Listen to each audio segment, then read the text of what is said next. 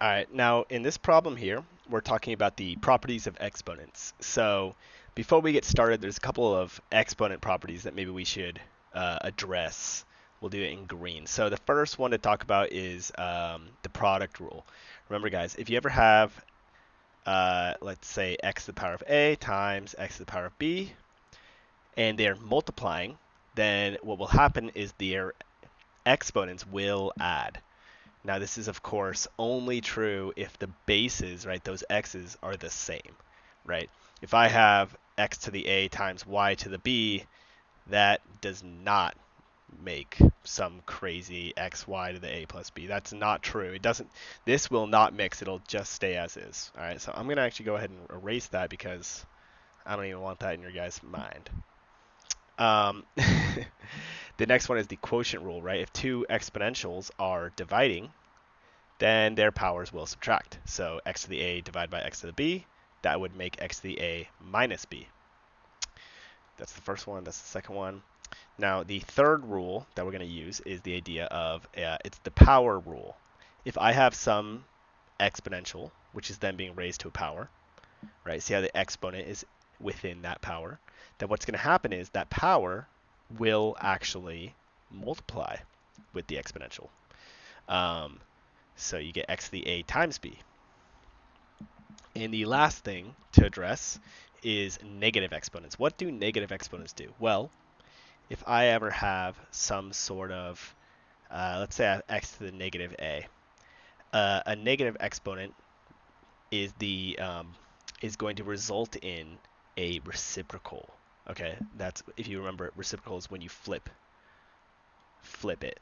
So x to the negative a is the same thing as 1 over x to the a. Now another example for this, which maybe will show things a little bit better, what if I had 2/3 to the power of negative 3? Now check out what happens. If I have 2/3 to the power of negative 3, what's going to happen is this. The negative will actually flip the reciprocal here. So I would end up with 3/2. And now that I've used the negative, I just have it to the power of 3. So now what can happen is that if 3/2 is to the third power, that power will affect the top and bottom. So I get 3 to the third over 2 to the third, and that is 27 over 8. Now that we've covered a couple of these rules, right, a couple of these little exponent property rules, let's go ahead and section that off, and we're going to solve this simplification problem. All right. So we have 16 c to the 6 c to the negative 2 over 2c squared to the third, and the entire thing is to the negative 1.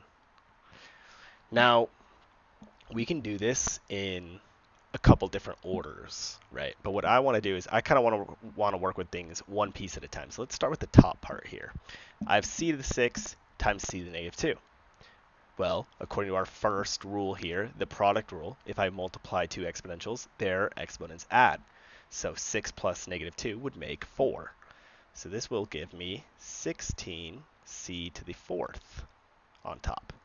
Now let's look at the bottom here. I have 2c squared to the power of 3. This is going to use that power rule, right? The third one. And what's going to happen is, actually, if I have 2c squared, right, that's 2 times c squared. You see what I'm saying? So actually, this power of 3 is going to distribute. It's going to affect the c squared, and it will affect the 2. Kind of like what happened here. My 3 affected the 3 on top and the 2 on bottom. So what's going to happen is I get 2 to the third, 2 to the power of 3, and c to the 2 times 3, right? Remember, if I have an exponent on an exponent, then they multiply. 2 times 3 is 6, so I get c to the power of 6. While we're at it, 2 to the third, that equals 8, right? So let's replace that with 8. 8. And I still have that negative 1 there. So we'll deal with that later. All right. Now let's deal with the negative 1. Why not? What happens when I have a negative? It flips it, remember? So this -1 is going to affect this inside piece by flipping the reciprocal. So I will end up having actually 8c to the 6 on top and 16c to the 4 on bottom. Now let's see how things simplify. 8 divided by 16. Now 8 and 16, they share a common factor of 8. 16 is 2 times 8, right? So these will simplify, and I will have 2 on the bottom, right? Now what about c to the 6 and c to the 4? Well, as you guys can see from our second exponent rule, when we divide exponents, they subtract.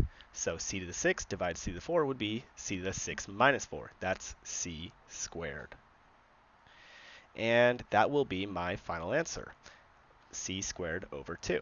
That's my simplified form. Another way I could write this if I wanted to, I could write this, divided by 2 is the same thing as having a 1/2 in front, so I could write this as 1/2 c squared. That's another way I could have written this. And that's some basics about exponent rules.